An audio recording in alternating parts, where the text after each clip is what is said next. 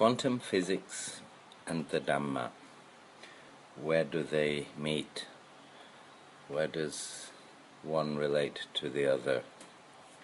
I think this is a topic that is necessary for me to talk about because I speak about both subjects and tend to jump from one to the other in the same conversation when I'm trying to lead towards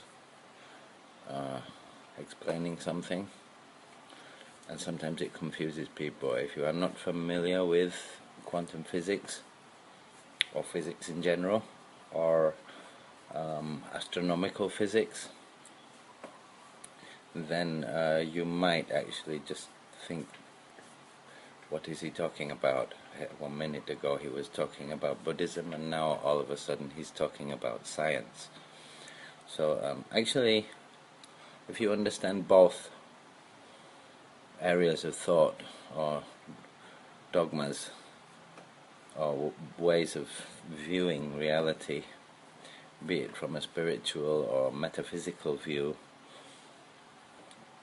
mysterious view, magical view, or be it a scientific view which likes to break things down and categorize and define things, put things in their place.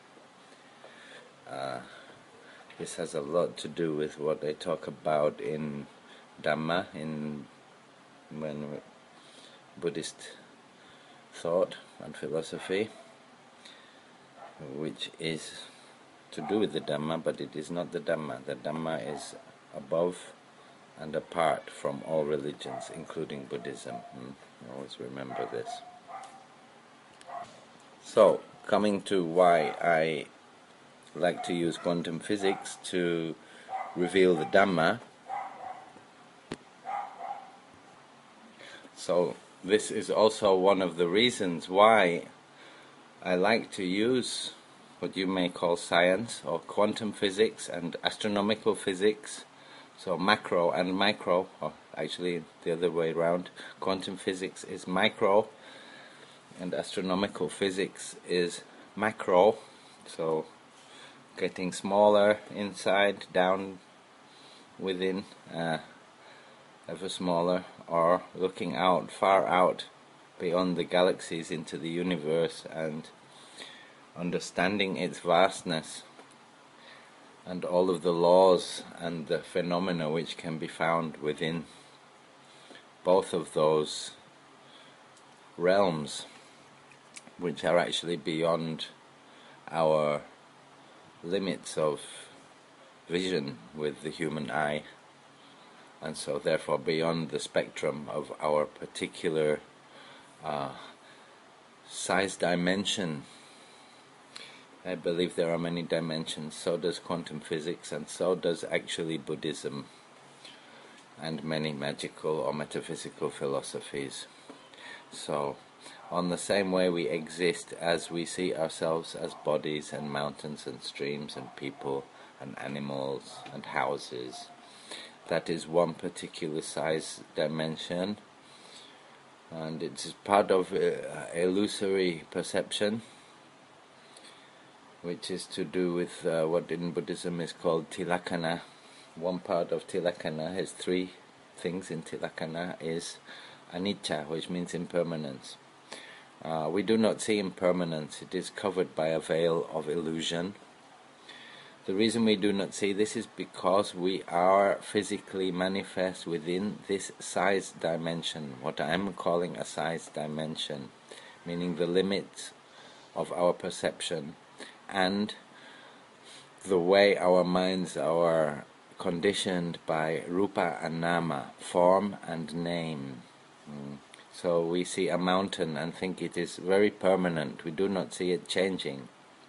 In fact, it is actually eroding, therefore disintegrating. However, very slowly.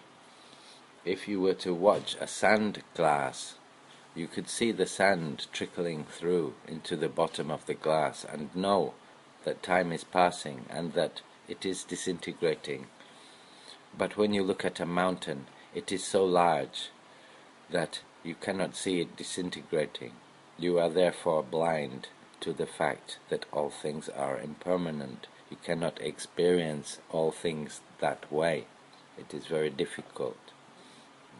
This is both Buddhist and scientific. In fact, the Buddha's way of looking at things and analyzing and investigating things, I find, is very scientific indeed to understand their nature. The only difference was that he was dealing with immaterial things, which science does not get to grips with at all. It only gets to grips with the material, or that which it can prove using material methods. But all that is completely immaterial and cannot be defined or explained with material methods is not investigated by science. That's the only difference.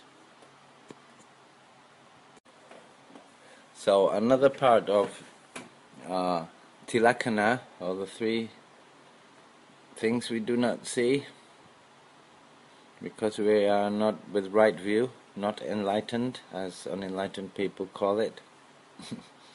I prefer to call it having attained right view,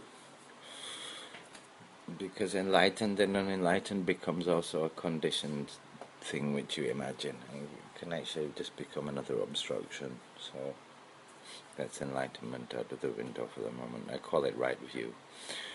So we have not right view. We do not see tilakkhana, which is anicca, impermanence, dukkha, unsatisfactoriness, because things never remain as they were in their original condition, and anatta, that all things are without owner, with ownership, does not exist. This is not my body, it will die as it wishes, and I cannot command it. It is not mine, it is not me, it is not self. No particular quality or thought or emotion we can have can be called, that is it, that is myself, that is where I am, that is who I am, that is where my soul is. So it's not that nothing's happening. There's lots of consciousness of feelings, emotions, conversations with people, interactions, reactions, consciousnesses. Life is an experience of all these things which happen within your five khandhas, the five components of your precious human being, bodily being. So the experience is there. Not self is the third of tilakkhana, or third of the three conditions. Not self does not mean we do not exist. It means we do not exist as any particular thing, always like that, unchangingly and ever like that. There is nothing that is unchanging.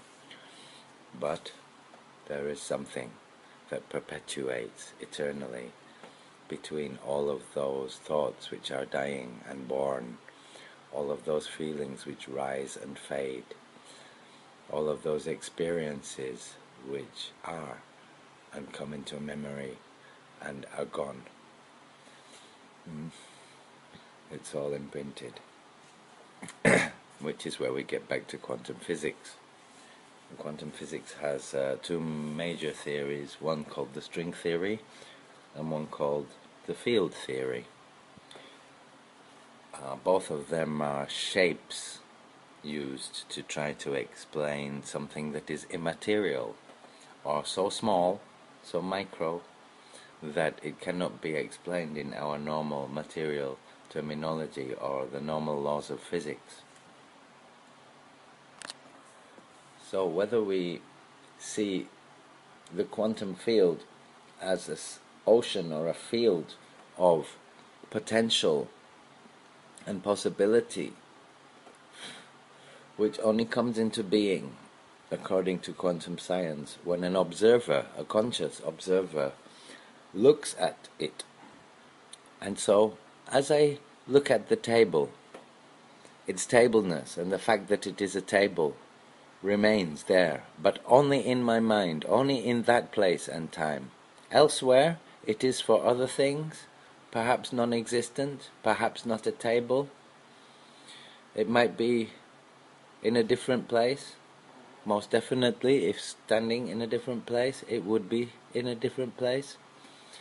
So as soon as you look away, according to quantum science, and according to me, the table ceases to exist, and also simultaneously coexists in all possible positions, because depending on who is looking at it, which person, which conscious observer, and where they are standing, that is what relates as to where the table is.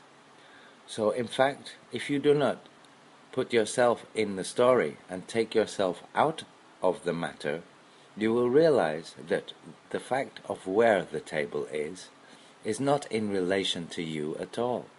It is where it is, and it is in fact everywhere, because if you look at it from all the different points within everywhere, you will see that it is in all the different points which can be seen from all the different points of everywhere.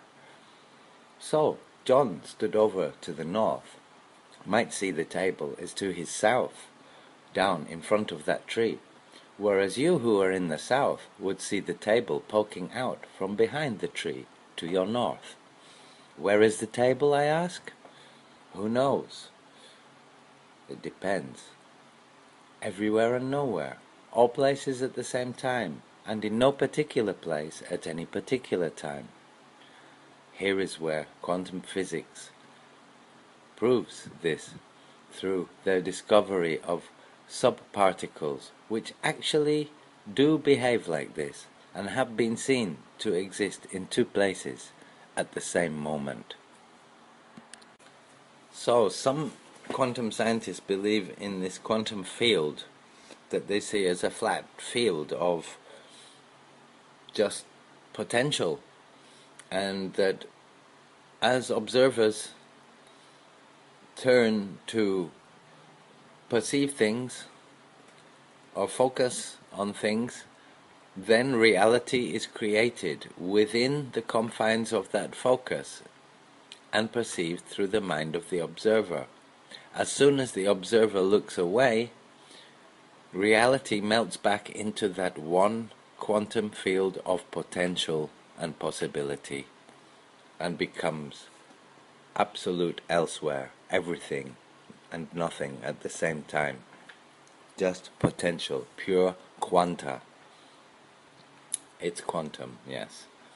The other theorists believe in the string theory, which is designed along a string, along a line of events, quantum events. So, I don't want to get into that. What I want to get into is the fact that the string theory uses a shape as its method of conditioning your understanding of how this immaterial physics law, or Dhamma, if we would say in a religious way, or as Buddhists would say, and as perhaps people in the future will say when science and religion and magic have ceased to exist and only true vichara exists, the true right view of the way things are, the true nature of things. In the future, maybe Dhamma will be the word, maybe it won't. But in the moment it's Dhamma. Dhamma is universal, which is why I don't see quantum physics or the Buddhist path as separate. I just see them as two different conditioned methods of deconditioning oneself and finding what lies behind the reality, the illusory reality which we condition ourselves to perceive and are conditioned to perceive, and are limited to perceive that and not more by the limits of our senses and the equipment which we have with our material bodies, and those realms of experience which we might be able to access depending on how advanced or able our immaterial aspects of our consciousness is, be that the astral body, exploring the mental immaterial realms of arupa jhana using mental focus and control, or a number of other methods. So, the limits are not equal with each person. All people are born equal, but what you become that depends on your efforts and the accumulation of your efforts or attainments, or as religious people might say, merits. And true merit is attained through the effort of superarse, you say in Spanish, to superior oneself, to better oneself, to do better than one has ever done before, to transform oneself into something even better or purer, or depending on what one sees as one's ultimate goal. For me, it is what Buddhists call Buddhahood, or right view, correct view, enlightened view, true insight and spontaneous self-liberating thought process which recognizes all that it experiences as reality, but not as a conditioned reality, as an unconditioned reality, which is the same as to say to become one with the universe, to become one with everything, but whilst remaining, no, this is hard to describe, remaining, one is not separate, but the sensation of being the watcher remains. So, back to the point, is that the quantum physics theorists have two theories, each of which uses physical shape or form as a method of description. This instantly conditions your understanding of these laws or dhammas, which they explain in quantum physics. The reason for this is that the human mind is ruled by the two great laws or dhammas of rupa and nama, form and name. And so these are the limits within which we can imagine things or describe things within our languages. We have name. Our five khandhas is, some of them, all of them are name, but not all of them are form. Some of them are form and name. Your body, it's called a body. It has a conditioned picture in your mind when you say the body. And it's also physical, so it has a form. But Vedana is the second khandha of the five, is sensation, feelings, so emotions. They're not physical, they're immaterial. It's a sensation within your heart. It has no physical form or shape. That is only nama. And so our minds are ruled by rupa and nama, form and name. And therefore when we intuit what is meant by the theory of string theory or field theory or enlightenment or the true way things are or the Dhamma, it's not really any of those things. It's something that has to be intuited without words. And this can only be done in the formless mind state of arupa jhana, formless jhana. Jhana means absorption, more or less, to be absorbed, fully absorbed. So in meditation there is a point of absorption where you forget yourself, your body and everything, and you become unified with the object of your meditation, be that a single object of focus or just the atmosphere or environment around you or within you, just the general abstract feeling of everything as one single object, seen as one single object. This is an even better and more direct way to access the arupa jhana in meditation. Only this way can it be accessed. Otherwise, you have to listen to slightly incorrect, adept descriptions of the way things are, as you are doing now in this tape, which I am making. Now, there comes a point in your contemplation, be you a philosopher or a Buddhist meditator or even a quantum scientist, or just somebody looking for the truth. If you think about things enough and you study things enough, you will notice duality, good and bad, up and down, future, past, before, after, better, worse. And you will notice this duality. This is the duality we exist in because of our minds. Duality is not a true Dhamma that is inherent in all things. Rather, it is us who have separated ourselves as separate observers, looking at a universe which is completely apart and separate from us. We do not see the connection.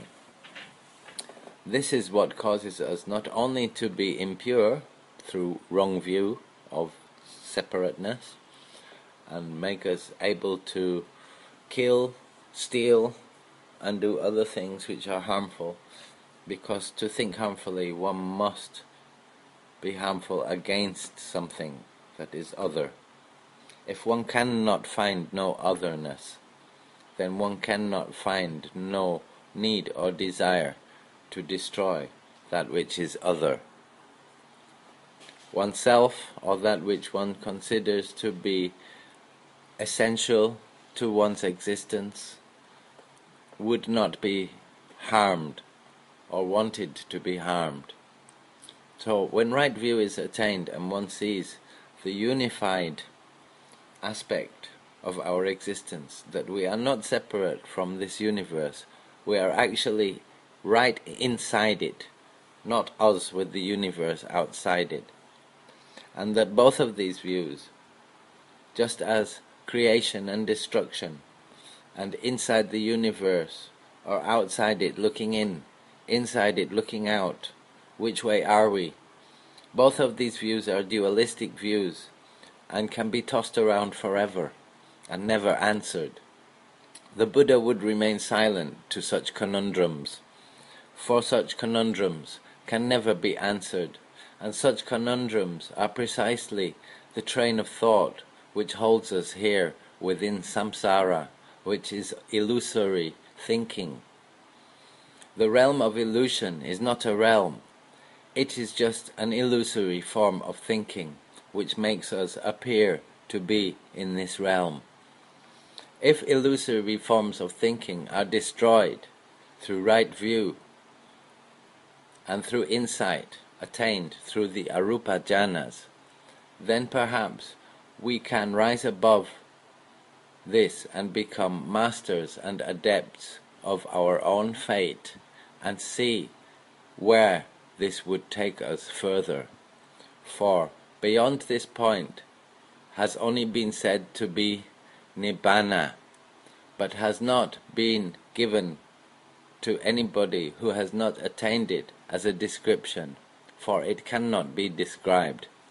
We shall only see when we have attained that final deconditioning and stepped beyond and reach the far shore, where we will be able to see clearly and have cleared the dust from our eyes, be it with quantum physics, Buddhism, philosophy, or simply the necessity and deep wish and desire for awakening and to put an end to all this, which one knows in one's heart, in truth, is all a dream, and was nothing but a dream, has never been anything but a dream.